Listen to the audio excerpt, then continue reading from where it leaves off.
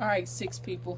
Three, four, five, six, six folks.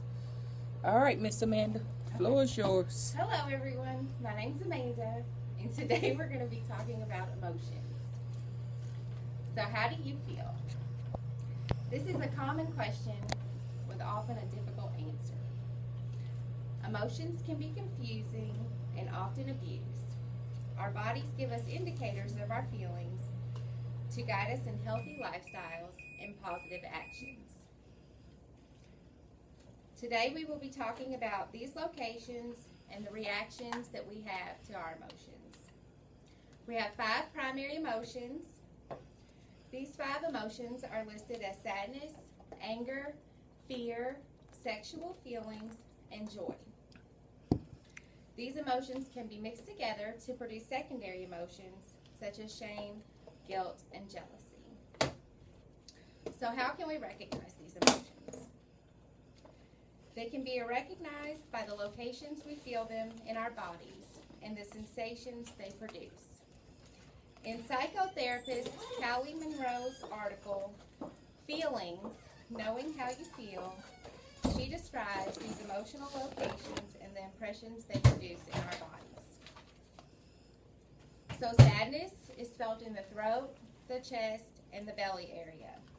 Have you ever cried your eyes out at a movie and got that lump right there in your throat? That is a sensation produced by sadness, along with narrowing pressure, achy, and emptiness. Anger is second on the list and is positioned in the back of the neck, the head, the shoulders, arms, and hands. So when you're angry, do you notice that your body tightens up, or you may clench your jaw? Your temples might start throbbing. These are all sensations of anger, along with maybe drawing in tight. Fear can be felt in the belly, the head, the face, the chest, and the throat. When a person feels fear, their stomach may flip-flop around or their heart begin beating really fast, giving you sensations of butterflies, dizziness, shortness of breath, tension, and dry mouth, kind of like I'm feeling right now. Monroe describes sexual feelings as being felt in the genitals, the lower body, and the front of the body. These feelings produce sensations of fullness, along with a good achy warmth. The last emotion on Monroe's list is joy. This primary emotion is felt in the chest area, the eyes, and the front of the body. If you're a man, nobody has probably ever told you that you are glowing. But for women, that is a comment that we often hear. That is because glowing is a sensation of joy, as well as being bubbly, giggly, and expansive.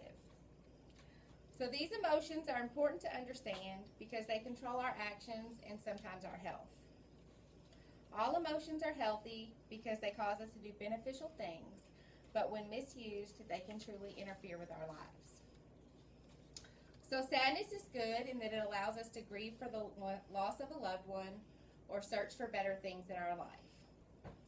But misusing this emotion can create depression and even heart problems. Anger is good because it allows us to steer clear of bad situations or maybe take care of other problems in our lives. But if we misuse it, it can cause us to be withdrawn from others, have heart attacks, strokes, and high blood pressure. Fear can prevent us from walking down a dark alley alone or maybe touching a hot stove. But if we misuse it, it could debilitate us, leaving us maybe locked in our house or paralyzing our daily lives.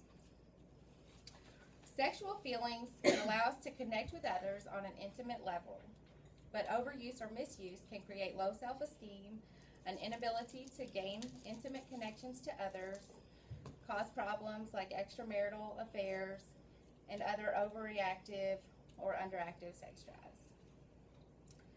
Joy is good because it produces positive actions. Overuse joy, though, and you may put yourself in harm's way. There's an appropriate time to be happy, and not every situation calls for that. So if you're at a funeral, you wouldn't want to be smiling, mostly because it probably wouldn't be real. So you can hide pain behind a smile very easily. Each emotion feeds off the other because, as the old saying goes, if you have never experienced true sadness, you will never know true happiness. Today we have explored what our 5 major emotions are, where they are located in our bodies, and what healthy and unhealthy ways they can be used. I hope this has brought each of you to a better understanding of feelings and their importance in our lives, because emotions can be confusing and often abused. Our bodies give us indicators of our feelings to guide us in healthy lifestyles and positive actions. Now that we know a little more, maybe we can better answer the question, how do you feel today? Okay. Yay, that was